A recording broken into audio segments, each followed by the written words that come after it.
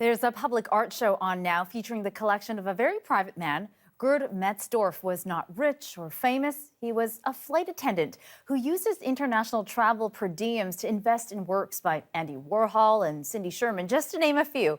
Metzdorff died in 2020, but the art collection is now on display at Griffin Art Projects in North Vancouver until early May. Grant Mann was a lifelong friend and a fellow art collector. Thanks for joining us today, Grant.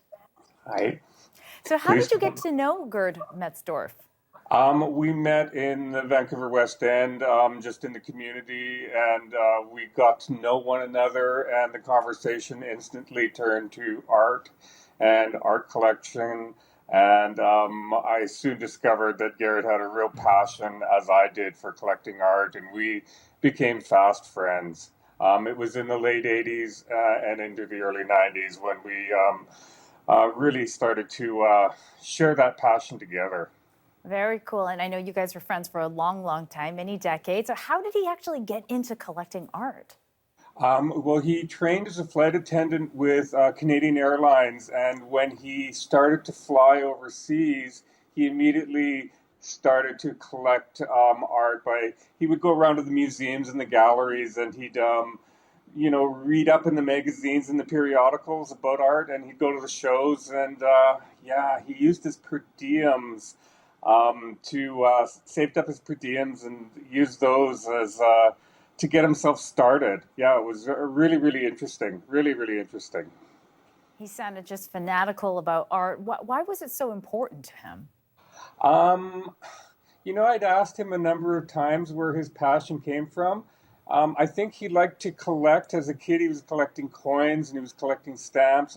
And then he started collecting Canadian art history books. And I think this led him into a real interest in art. And then with the modern art era booming and really starting to evolve and come into its own in the early 70s, he saw it as a unique opportunity to really follow and develop his own passion.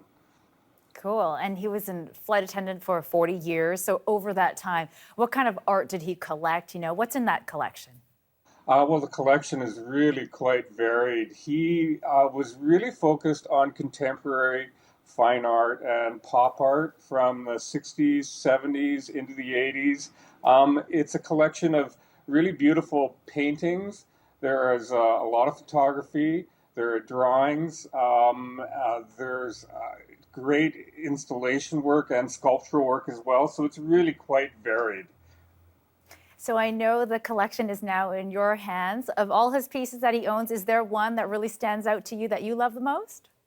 It's in the exhibition. It's Andy Warhol's cow print. It was from the first show Leo Castelli gave Andy Warhol, and it's this amazing cow. And I grew up in a dairy farm in Manitoba, so I have a real fondness for that print. It reminds me of my childhood. Yeah, it's my favorite piece of all.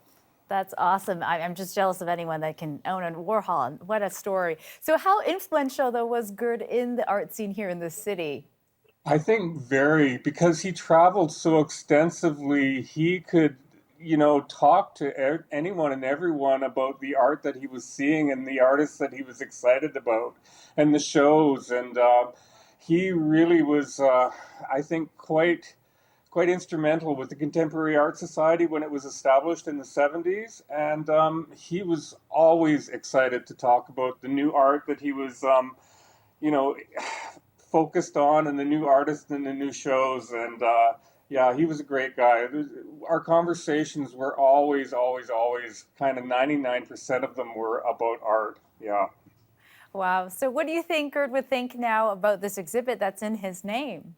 I think he'd be very pleased. He was a very private man. He had a history of lending work to various galleries and shows, and people got a chance to see bits and pieces of his collection. But this was a real opportunity through the Griffin Art Projects to really gather a whole bunch of his art and have it shown. Lisa Baldessari was a curator, and she did an amazing job of sifting through the pieces we made available.